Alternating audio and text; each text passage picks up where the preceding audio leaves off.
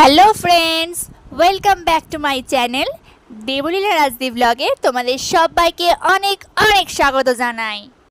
আজকে আমি তোমাদের সাথে শেয়ার করব একদম কম সময়ের মধ্যে খুবই কম উপকরণ দিয়ে সুস্বাদু একটি রেসিপি। তোমরা এতক্ষণে বুঝেই গেছো আমি তোমাদের সাথে কি রেসিপি শেয়ার করতে চলেছি। তাও তোমাদের বেশি অপেক্ষা না করিয়ে বলেই দিই, আজকের রেসিপিটির নাম হলো লাল লাল আলুর দম কষা। তাহলে চলো তোমাদের দেখিয়ে দিই এটা বানাতে কি কি উপকরণ লাগে আমাদের। প্রথমেই আমি এখানে আলু সিদ্ধ করে নিয়ে নিয়েছি, যেটা একেবারে মেন উপকরণ, যেটা ছাড়া রান্নাটা একেবারে অসম্ভব। আলু সিদ্ধ করে নেওয়ার পরে পেঁয়াজ কুচি করে নিয়ে নিয়েছি, আর এখানে কিছুটা আদা রসুন পেস্ট করা ছিল সেটা নিয়েছি, আর 6 কোয়া রসুন নিয়েছি, আর বেশ খানিকটা আদা ঘষে নিয়েছি, আর একটা হাফ টমেটো কেটে নিয়েছি। এবারে চলো চটপট করে তোমাদের রান্নাটা দেখিয়ে দিই আজকে। প্রথমেই গ্যাস জ্বালিয়ে একটা কড়াই বসিয়ে দিয়েছি। কড়াইটা গরম হলে তাতে বেশ খানিকটা সর্ষের তেল দিয়ে দিলাম। এবার তেলটা গরম হওয়ার পালা। তেলটা গরম হয়ে গেলে একটা তেজপাতা, সাদা জিরে ও একটা শুকনো লঙ্কা ফোড়ন দিতে হবে। ফোড়ন দেওয়া হয়ে গেলে পেঁয়াজ কুচিগুলো তেলের মধ্যে ছেড়ে দিতে হবে।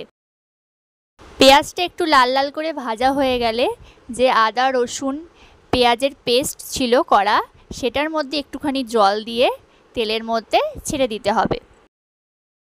এই মিশ্রণটা দেওয়ার পরে খুব ভালো করে খুন্তি দিয়ে নাড়াচাড়া করতে হবে। এই সময় গ্যাসটাকে মিডিয়াম ফ্লেমে রেখে বেশ অনেকক্ষণ সময় ধরে খুন্তি দিয়ে নাড়াচাড়া করতে হবে। এবারে যে আদা রসুনটা গ্রেট করা ছিল সেইটা এর মধ্যে দিয়ে দিতে হবে, আর যে হাফ টমেটোটা রেখেছিলাম সেইটা ভালো করে গ্রেট করে এই কষা মশলার মধ্যে দিয়ে দিতে হবে।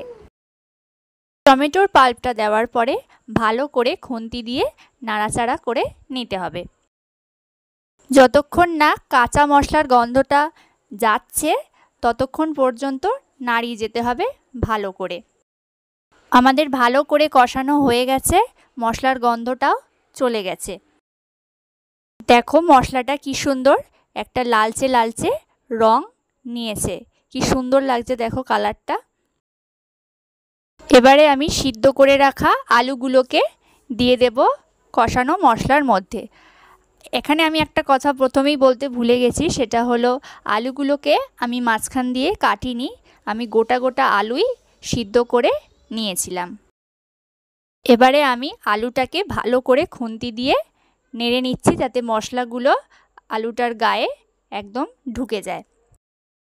আলুগুলোকে কড়াইতে দেওয়ার পরে ভালো করে কষানো হয়ে গেছে। এবারে জল দিয়ে পরিমাণ মতো একটা পাত্র দিয়ে চাপা দিয়ে দেব কড়াইয়ের মুখটা। মিনিট 5 মতো ঢাকা দেওয়া অবস্থায় ছিল, তারপর ঢাকনাটাকে খুলে দিয়েছিলাম। ঢাকনাটা খোলার পরে দেখো বন্ধুরা জলটা কি সুন্দর টকবক করে ফুটতে শুরু করেছে। এবার সামান্য পরিমাণে গরম মশলা ও ঘি দিয়ে নামিয়ে নেব। তাহলে বন্ধুরা আজকের আমাদের রেসিপি লাল লাল আলুর দমের কষা একেবারে রেডি। বন্ধুরা আজকের ভিডিওটা এখানেই শেষ করছি।